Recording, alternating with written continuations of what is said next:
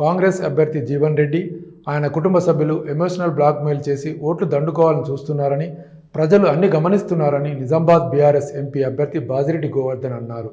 జగిత్యాలలో MLA Sanjay Kumar, MLC L రమణలతో కలిసి ఏర్పాటు చేసిన విలేకరుల సమావేశంలో గోవర్ధన్ మాట్లాడుతూ, జీవన్ రెడ్డితో పాటు ఆయన కుటుంబ సభ్యులు కన్నీరు కార్చి ఓట్లు దండుకోవాలని చూస్తున్నారని, ప్రతిసారి జీవన్ రెడ్డి ఈ ఎన్నిక లాస్ట్ అంటూనే ఇక ఎన్నిసార్లు పోటీ చేస్తారని ప్రశ్నించారు.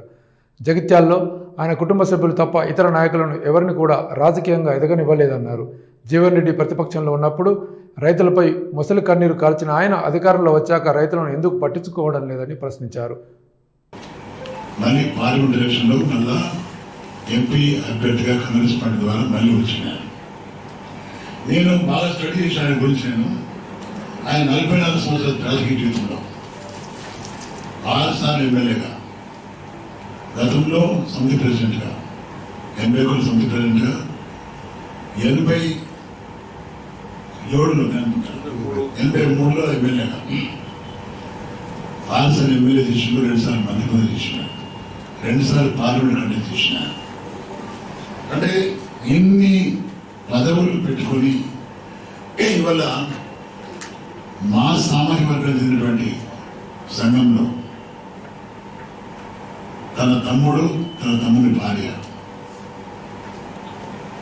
ఆది శ్రీనివాస్ మా సామాజిక వర్గం చెందినటువంటి ఎమ్మెల్యే, ఆయన విప్పు, ఆయన తీసుకొచ్చి మరి మా సామాజిక వర్గంలో ఒక మీటింగ్లో భావోద్వేగంగా ప్రసంగం చేసి, ఎమోషనల్ బ్లాక్మెయిల్ చేసి, మా ఇంట్లో కట్టె కూర్చో ఉందని, నాకేం ఆస్తులు లేవని, నాకేం పదవులు లేవని, ఒక ఎమ్మెల్సీ ఉందని ఆ మాట్లాడడం కూడా కాకుండా, మరి జీవన్ రెడ్డి గారు కూడా ఎక్కడికి వెళ్ళినా కానీ మీరు ఓట్లు లేకపోతే నేను కొమ్మరెడ్డి రామ దగ్గరికి వెళ్ళిపోతా, నేను చనిపోయిన ఆధారికి వెళ్ళిపోతా, మా నిజామాబాద్కి వచ్చి కూడా ఇది లాస్ట్ చివరి ఎలక్షన్, నాకు మరి బతికుండడం లేదని మాట్లాడడం.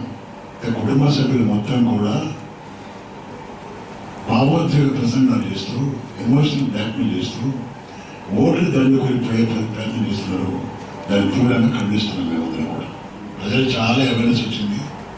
ప్రజలు అన్ని గమనిస్తారు. ప్రజలు గమనించి తప్పకుండా మీలాంటి వాళ్ళకు కర్రు రాసి వాత పెడతారు. క్వింటాల ధర అది లెక్క తినడం లేదు. ప్రైవేట్ వ్యక్తులు అమ్ముకున్నటువంటి ధాన్యం ఎన్ని క్వింటాలనే విషయం తినడం లేదు. ప్రభుత్వం అంచనా వేయడానికి కూడా ఇబ్బందిగా ఉంది. కనీసము ప్రభుత్వం కొనుగోలు చేసి జాతీయంగా తీసుకుంటున్నా, లాస్ జరుగుతున్నా, ఆ ప్రభుత్వం కొనుగోలు చేసినటువంటి ధాన్యాన్ని కూడా ఏది మీరు ఎన్నికల హామీ ఇచ్చారో ప్రతి క్వింటాల్ 500 రూపాయలు కొనాల్సిస్తామని దానిగా ఇచ్చాల్సిన అవసరం ఉంది. అది కూడా స్పందించాల్సిన అవసరం ఉంది. జీవన్ రెడ్డి గారు వాటి గురించి చెప్పలేదు.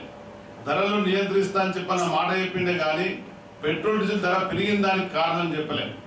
ఇవాళ చూస్తే డాలర్ ధర 60 రూపాయలు ఉన్నటువంటి డాలర్ ధర 2014లో ఇవాళ 83కు ఎగబాకింది. అంటే రోజు రోజుకు రూపాయి క్షీణిస్తున్నటువంటి పరిస్థితి. విదేశాలలో నల్లధనం ఉన్నది. గతంలో ప్రభుత్వాలు కొల్లగొట్టినాయి, కుంభకోణంగా పాల్పడ్డాయి. ఆ విదేశీ ధనాన్ని రప్పిస్తా ప్రతి భారతదేశంలో ఉండేటువంటి పేద కుటుంబానికి 15 లక్షల రూపాయలు అనే మాట ఇవ్వడం జరిగింది. అంటే ఇన్ని చెప్పిన మాటలు ఏవి అమలు చేయకుండా కేవలం ఈ దేశంలో ఉండేటువంటి ప్రజానికాన్ని, ఓటర్లను వివిధ రూపాలలో వివిధ ఆలోచనలు రేకెత్తించి ఆ ఓట్లు దండుకొని 2 సార్లు ప్రభుత్వం నిర్వహించుకున్నాడే కానీ 3వసారి ప్రభుత్వం కూడా అదే విధమైనటువంటి ముందుకెళ్తున్న తరుణంలో పెద్దలు కేసీఆర్ గారు స్పష్టంగా చెప్పడం జరిగింది. ఈ మధ్యన 2 సార్లు ప్రవర్తిస్తున్నటువంటి నరేంద్ర మోడీ మీద భారత ప్రజలకు నమ్మకం, విశ్వాసం కోల్పోవడం